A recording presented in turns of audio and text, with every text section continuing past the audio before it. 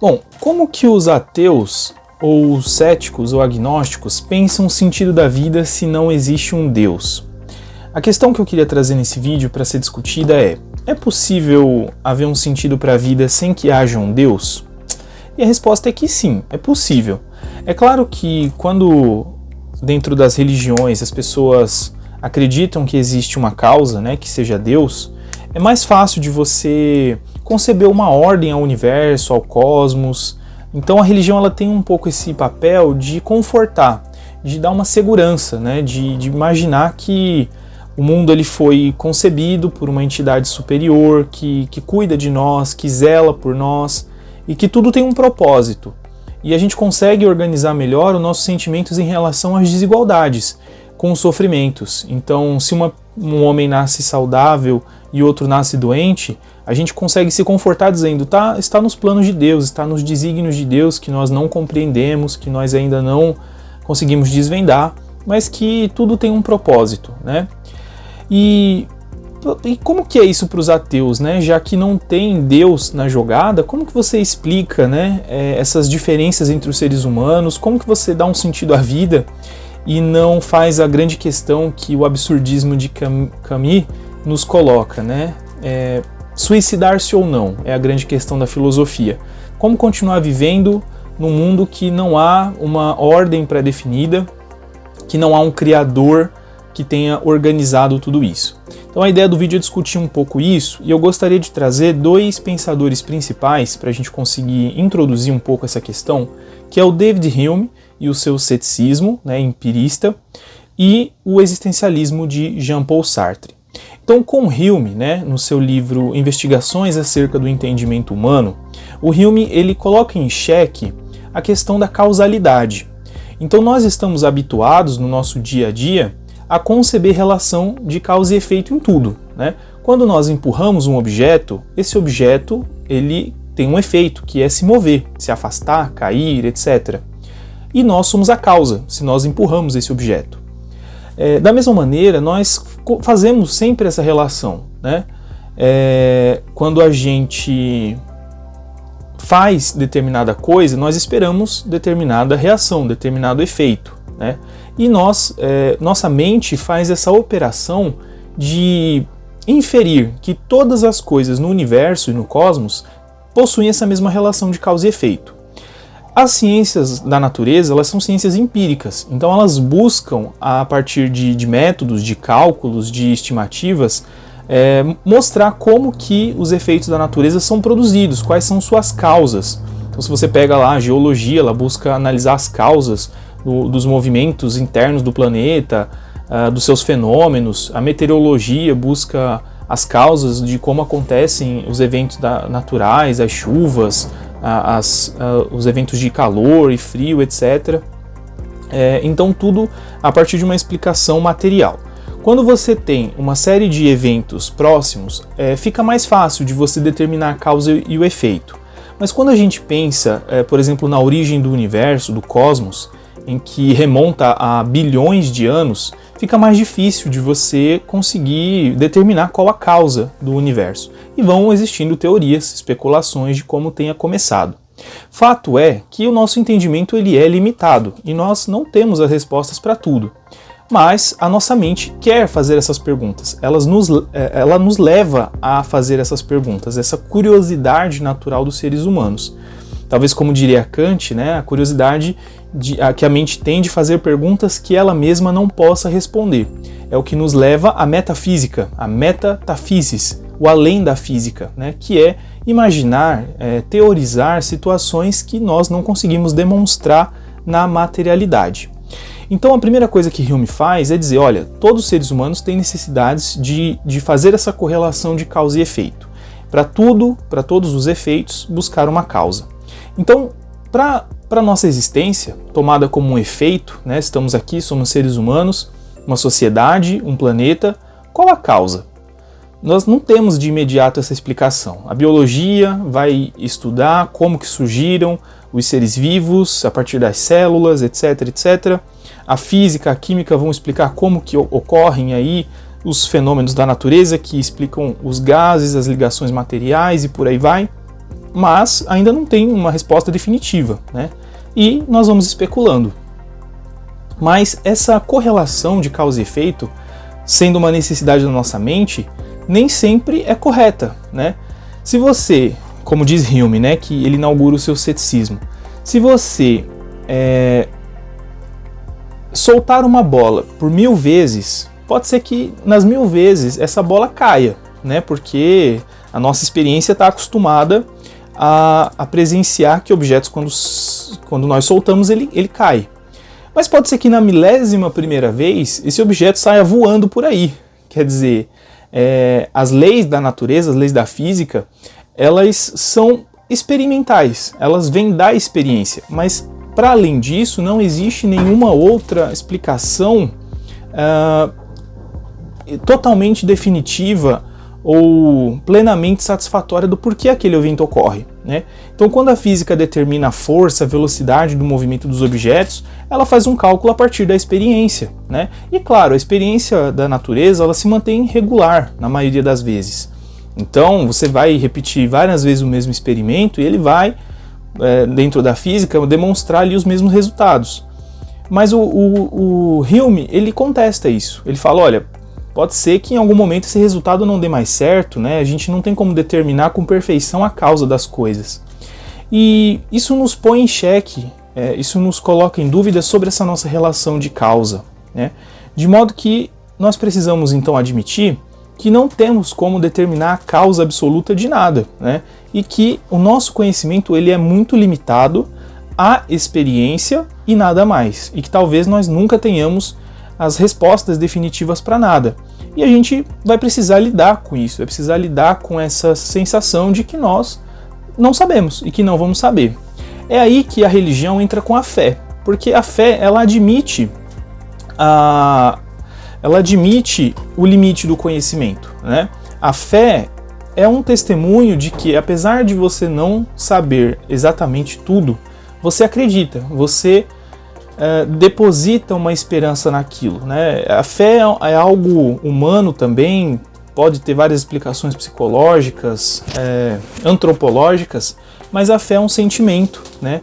Que vem dessa característica mesmo de você não ter respostas para tudo. Então a religião ela entra nesse sentido, acreditando, depositando fé, mesmo que não consiga demonstrar ou provar que aquilo existe ou não, né? A fé em Deus é isso, não podemos provar Deus, mas nós temos, as pessoas têm fé de que Ele existe, de que Ele está ali comandando e governando tudo.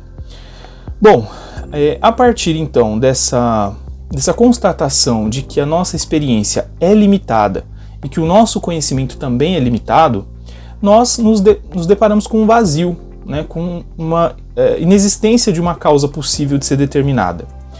E então o que nós temos a respeito da nossa existência? Que nós existimos, né? Isso é básico e foi determinado lá por René Descartes no argumento do cogito, né? Penso, logo existo, né? Cogito ergo sum. Pelo fato de que eu penso, tem-se o fato da minha existência. Agora, eu em momento nenhum me lembro de ter escolhido onde eu iria nascer, quem seria a minha família, como seriam as minhas características físicas, biológicas, etc. Eu simplesmente nasci, eu simplesmente aconteci no mundo. Eu primeiro existi. E depois, no contato com a minha família, no contato da experiência das pessoas ao meu redor, eu fui me construindo a partir da cultura do meu país, da língua que eu falo, das pessoas com quem eu interajo e, de certo modo, eu fui construindo ali a minha essência ou o meu comportamento, eu fui adotando comportamentos que eu acho positivo e repelindo comportamentos que eu acho negativo, com base na convenção social, com base nas estruturas sociais. Então, seguindo o existencialismo de Sartre, primeiro nós existimos, depois nós nos construímos no mundo. E nós fazemos escolhas, né? Nós somos condenados a ser livre, devemos fazer escolhas, porque movidos pelo sentimento de comunidade, né? de que essas escolhas não vão causar um mal a ninguém e, sobretudo, a mim, né? Então, o existencialismo ele tem uma certa ética quando ele fala sobre... Quando, por exemplo, nós pensamos o porquê devemos agir de forma correta com as pessoas, mesmo que não haja Deus, mesmo que não haja um Criador. Eu não devo matar ninguém, não devo roubar ninguém, porque se nós começarmos a fazer isso, a sociedade não vai ter uma ordem. E eu não vou conseguir garantir a minha sobrevivência e a sobrevivência das minhas gerações futuras.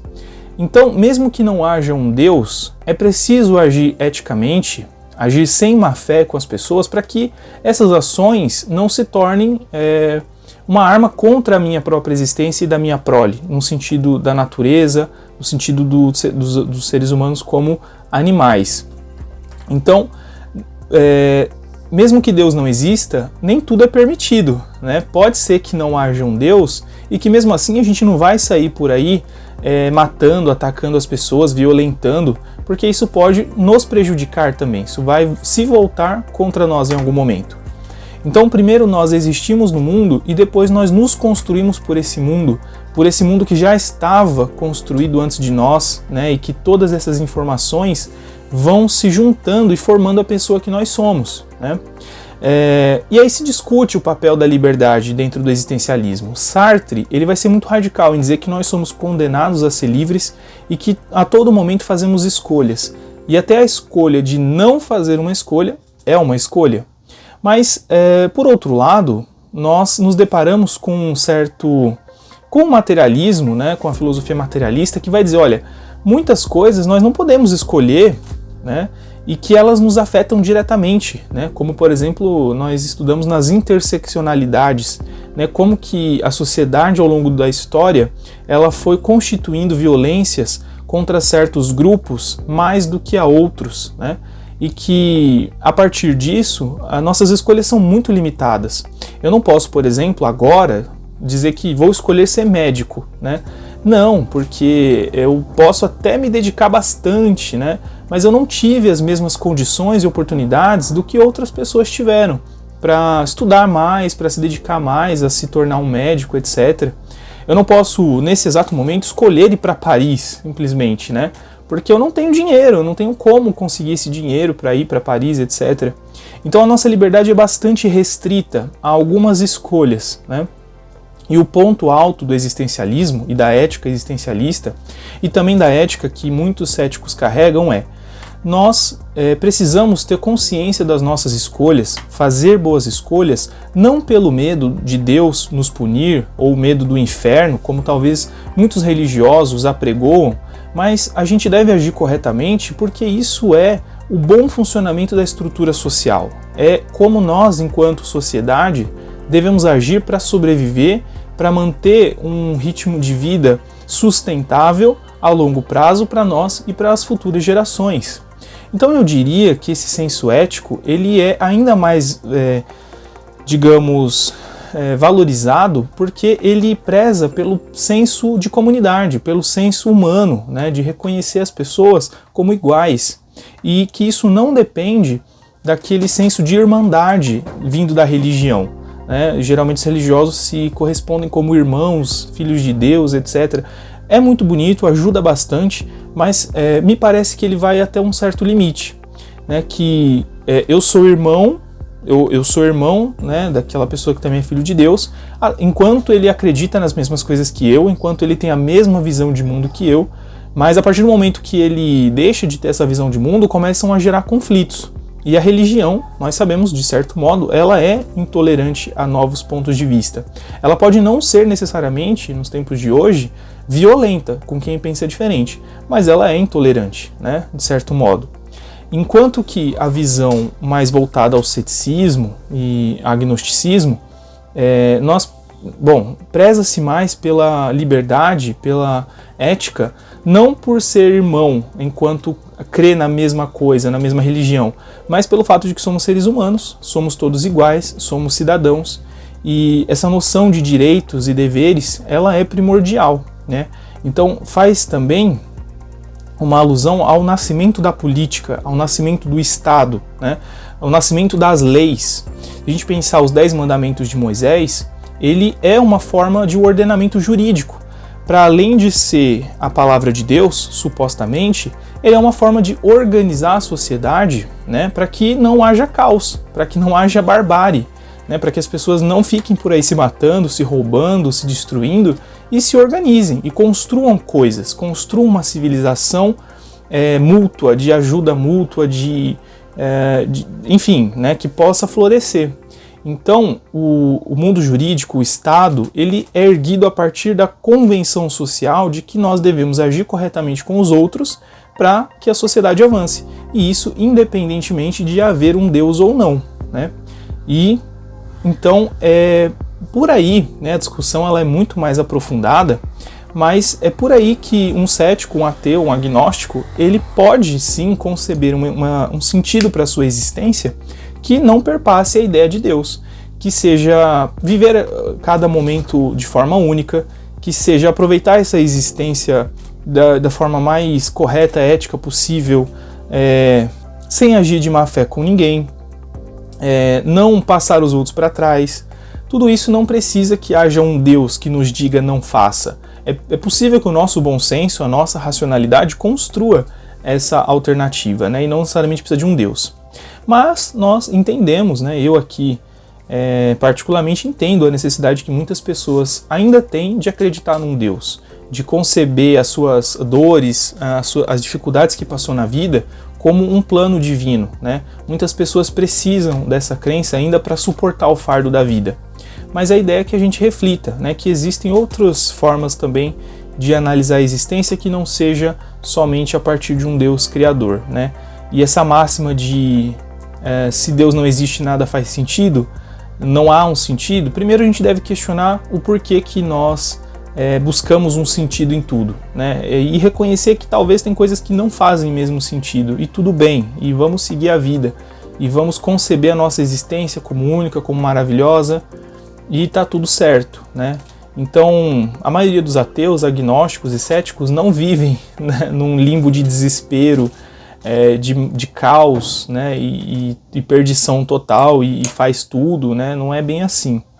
Eu, particularmente, também não... Eu passei por um breve momento de crise, né? Porque cresci dentro do espiritismo, com a cosmovisão espírita, e quando as ideias do ceticismo elas foram fazendo mais sentido para mim, eu passei por uma breve crise, né, de perceber então que tudo que eu havia acreditado até então não era a única verdade, né, ou não estava aberto a novos conhecimentos. E aí foi uma questão meio existencial, então, né, de o que eu estou fazendo aqui, de qual o sentido da minha vida. E aí, com o passar do tempo, com a maturidade, é que a gente vai, então, dando esse sentido para a nossa vida, que a gente vai construindo quem nós somos e reforçando os nossos pontos fortes, tentando eliminar os nossos pontos fracos, e isso não necessariamente precisa de haver um Deus. Então, dá para viver bem, não precisa enlouquecer, não precisa radicalizar a vida se não houver um Deus. É possível gostar de viver, é possível viver bem, ter uma boa vida, mesmo que você não acredite que há um Deus. É viver com esse desalento, né, com esse desamparo de que nós estamos aqui possivelmente por acaso, que não há um sentido intrínseco à nossa vida e tá tudo bem, né? Tá tudo bem não fazer sentido. É só seguir a vida, é só respeitar o próximo, é só aproveitar cada momento, se cuidar de quem você ama, e tá tudo bem, e a vida que segue. Então é isso, galera. Obrigado por assistir até aqui e um grande abraço.